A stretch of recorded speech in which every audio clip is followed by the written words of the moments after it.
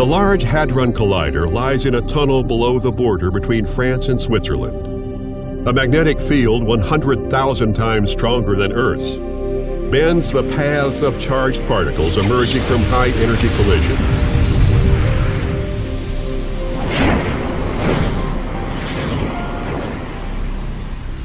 The curved tracks of these particles reveal their mass, charge, and energy.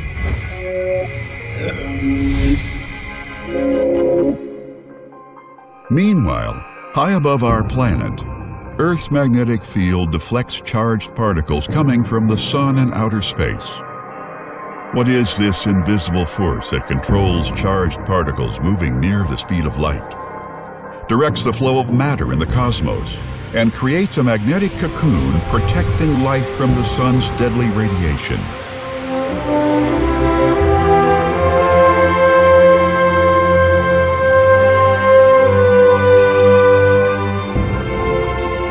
Our star, the Sun, is the solar system's source of light and heat, driving Earth's climate and bringing our planet to life.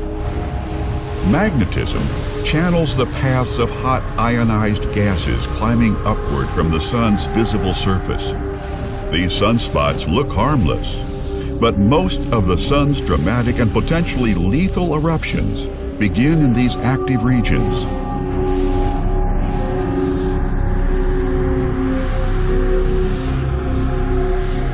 Gases flow along these glowing arches. They rise up from the sun and then fall back, still trapped by the sun's gravity and ruled by its magnetic field.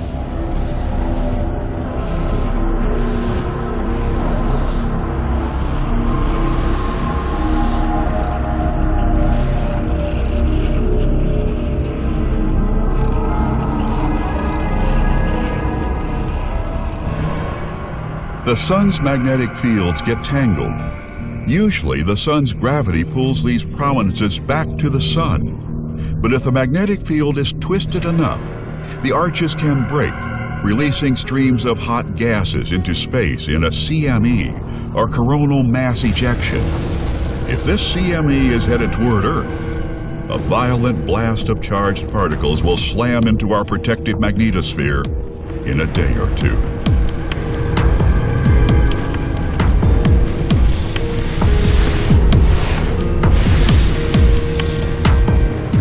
Earth's magnetosphere has cracks caused by magnetic reconnection. The solar wind pulls reconnected field lines into the Earth's magnetic tail. These stretched field lines ultimately connect again, blasting charged particles into Earth's upper atmosphere and resulting in shimmering auroras near Earth's poles. The aurora borealis, or northern lights, occurs most often along a circular zone across central Alaska, Canada, Greenland, northern Scandinavia, and Russia. Because the magnetic tail is on the night side of Earth, the most intense, dynamic, and beautiful auroras occur near midnight. The low orbit of the International Space Station keeps it within Earth's protective magnetic field.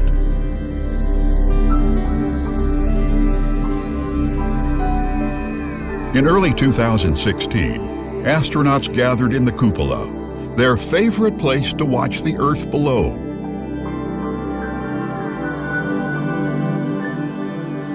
Anxiously, they looked northward, hoping to see and photograph an aurora. As their path crossed over Europe, they captured an aurora's green light along the northern horizon, dancing above Scandinavia. Gradually, it faded from view as their path moved southward over the Black Sea. Meanwhile, for the first time, a crew in Tromsø, Norway, photographed the same aurora from the Earth's surface.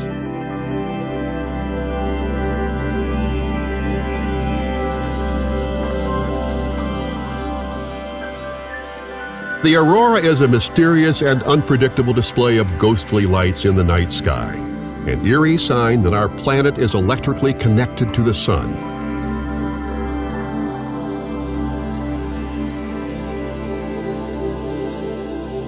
Auroras can appear as long, narrow arcs extending overhead from horizon to horizon. From the side, they look like ribbons that kink, fold, and swirl. Their flickering rays align to the Earth's magnetic field and ruffle like curtains in an imaginary wind.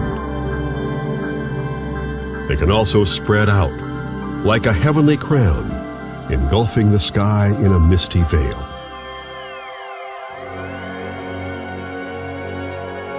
In an auroral substorm, sheets twist into waves and curls. Our ancestors saw great dragons or serpents in the sky. In northern Europe, the aurora was the famous Bifrost, a glowing archway of the gods to travel from heaven to earth.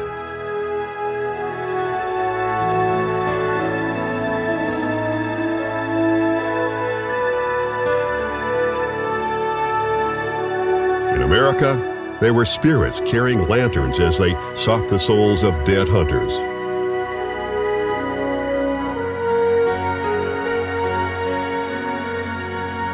Auroral rays follow the lines of force in Earth's magnetic field. Oxygen atoms emit a green light when hit by high-energy electrons. Low-energy electrons higher in the atmosphere cause oxygen atoms to glow red, giving the green aurora its red tip. These wispy auroras show us that our magnetic shield is still intact. When high-energy electrons strike nitrogen atoms, the atoms produce blue auroras at high altitudes and sometimes magenta auroras at low altitudes. The blending of aurora colors can produce purples, yellows, pinks, and whites. When you see auroras from the side, you can tell that the different colors come from different heights in the atmosphere. This diffuse blood-red aurora spreads over the sky. During strong solar storms, these enormous red glows occur as far south as Florida and Texas. Auroras of all colors are signs that our planet is a life-bearing world, with an atmosphere of oxygen and nitrogen protected within Earth's magnetosphere. For centuries, sailors recognized that the star Polaris hovered very close to the north point in the sky. Patterns like the big and little bears encircled this North Star. Explorers could sail the northern oceans by observing the position of Polaris in the night sky. But on cloudy nights, they needed another device to chart their course. The magnetic compass reached Western Europe in the early 13th century. With it, sailors could cross the planet's great oceans, discovering Earth's size and mapping its continents. Earth's uncharted lands became places on a map. Its coastlines defined a world far larger than early sailors had imagined.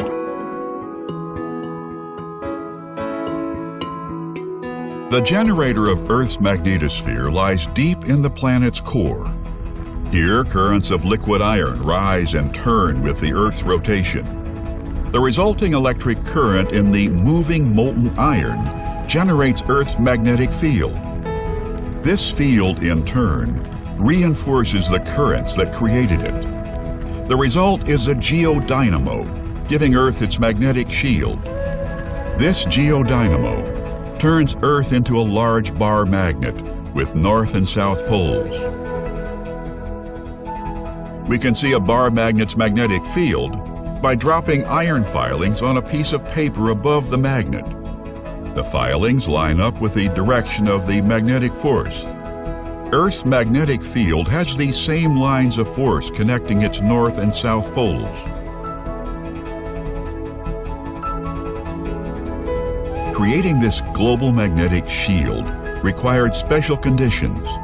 Earth had to be large enough to have a molten core and had to rotate fast enough to produce an electrical current that generates the planet's magnetosphere. Many different animals can sense Earth's magnetic field through structures in their eyes or brains.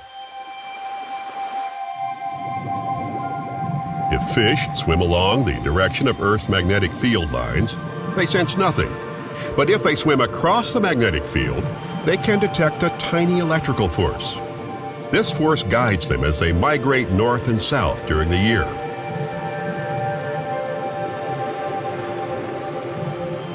Hammerhead sharks have special gel-filled organs called the ampullae of Lorenzini, which detect electric fields, both natural fields and those created from swimming across magnetic fields.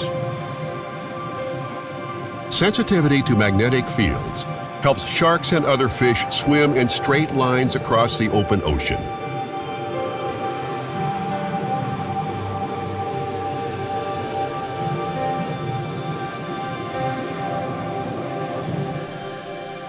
The floor of the Atlantic Ocean tells us that Earth's magnetic field has not always been like it is today.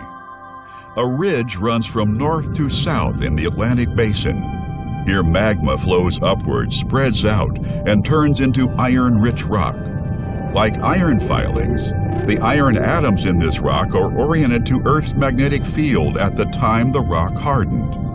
From their changing orientation, we know that Earth's magnetic poles have flipped many times in geologic history.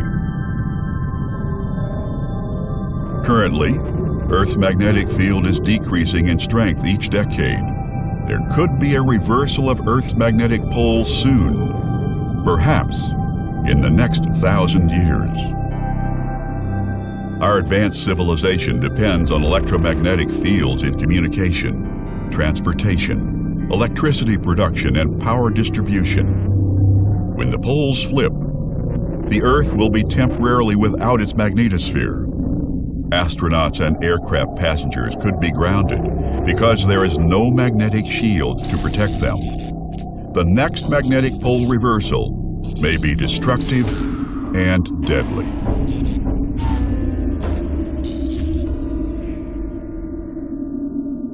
In March 2015, NASA launched a mission called the Magnetospheric Multiscale, or MMS, aboard an Atlas V rocket.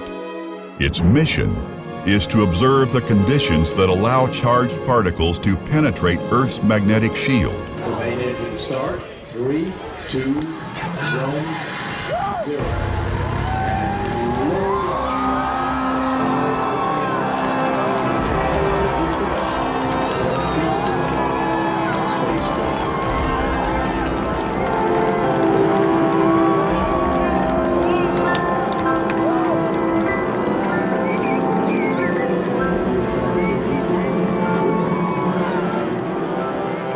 On the night of March 12th, a rocket lifted off from Space Launch Complex 41 at Cape Canaveral Air Force Station, carrying the MMS spacecraft into Earth orbit.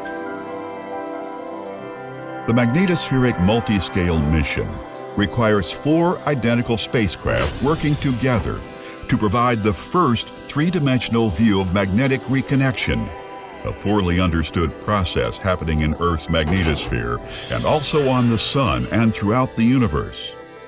This suite of 4 spacecraft fly in a pyramid formation. MMS is the closest flying spacecraft formation ever launched, with the satellites just 7 kilometers apart. These satellites are also the highest altitude spacecraft to use GPS navigation. The MMS spacecraft traveled directly through magnetic reconnection sites. Reconnection occurs when magnetic field lines annihilate each other and release a gigantic burst of energy. This fundamental process taps energy stored in the magnetic field and converts it into fast-moving charged particles. The MMS orbit was designed to fly precisely in the places where reconnection occurs. The discoveries from the mission will also tell us about reconnection in the Sun's atmosphere, in other stars, and in the vicinity of black holes and neutron stars. Astronauts in the International Space Station are within Earth's magnetosphere, but astronauts leaving Earth's cocoon on their way to the Moon or Mars have no magnetic shield and face a much greater danger.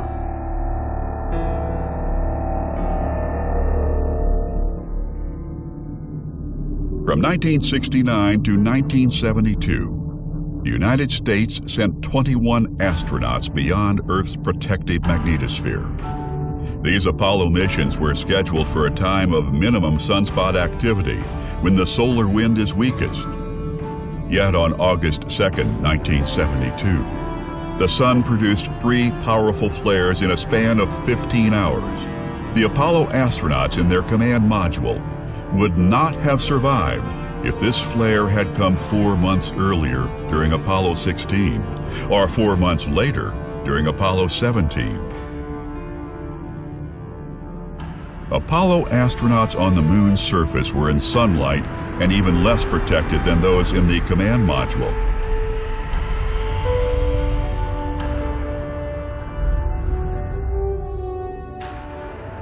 Of the inner planets, only Mercury and Earth have magnetospheres. Mercury's magnetosphere is 100 times weaker than Earth's. Perhaps future human settlements near Mercury's poles will benefit from this protective field. Venus is the size of Earth, but rotates so slowly that no dynamo could form in its core. The solar wind bombards its atmosphere directly. Although its rotation is fast enough, Mars lacks a liquid iron core to create a global magnetic field. Without a magnetic shield, the solar wind reaches the planet's thin atmosphere and has robbed Mars of most of its hydrogen and oxygen. Mars is now a dry desert, but it has features indicating that the red planet once had surface water at an atmosphere thick enough to support a water cycle, seas, and perhaps life. When Mars' core froze out, its magnetic shield disappeared. Now the surface water is gone, leaving only its polar ice caps and a hint of water vapor in the thin Martian atmosphere. Jupiter has metallic hydrogen flowing in its core, creating the dynamo to power a magnetosphere 20,000 times stronger than Earth's. Saturn has a smaller layer of metallic hydrogen than Jupiter's, and therefore a weaker magnetic field.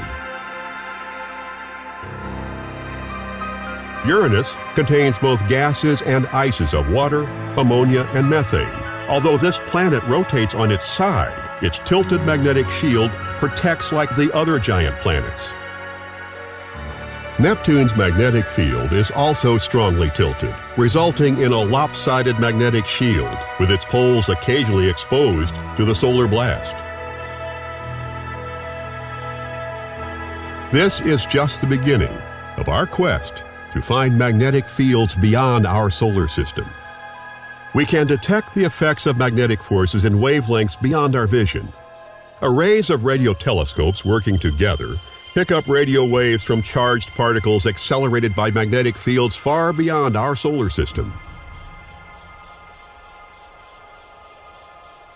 These telescopes have detected emissions from a nearby brown dwarf, about 20 light-years from Earth. These emissions indicate the presence of a magnetic field. Brown dwarfs are stillborn stars, too small to make their own light. As electrons spiral down into a brown dwarf's atmosphere, they produce radio emissions and excite hydrogen atoms. Unlike the green auroras from oxygen, the hydrogen atoms in a brown dwarf emit a glowing pink light. These auroras are about 1,000,000 times brighter and more powerful than auroras on Earth. The discovery of auroras beyond our solar system will help us detect auroras around other objects, especially distant planets. Observatories on orbit and on Earth have found evidence of planets orbiting other stars.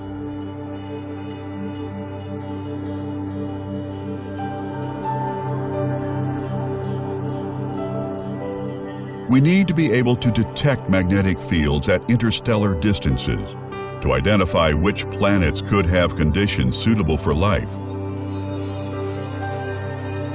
The nearby giant planet, HD 189733b, eclipses its star once every 2 Earth days.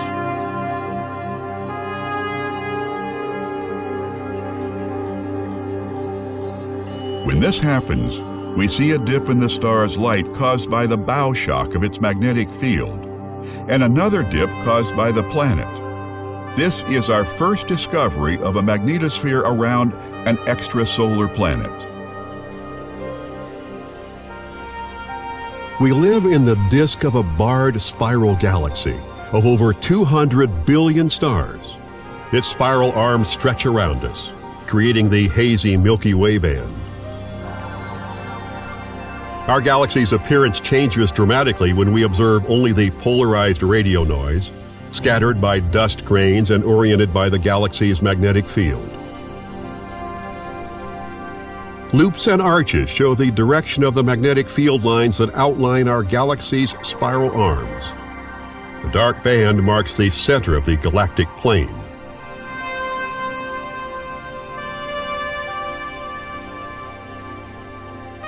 Our galaxy also looks very different in gamma rays, the most energetic part of the spectrum. Orbiting gamma ray observatories like Fermi can pinpoint the most energetic light sources in the universe. These are often collapsed stars with tightly wound magnetic fields focusing the light they emit.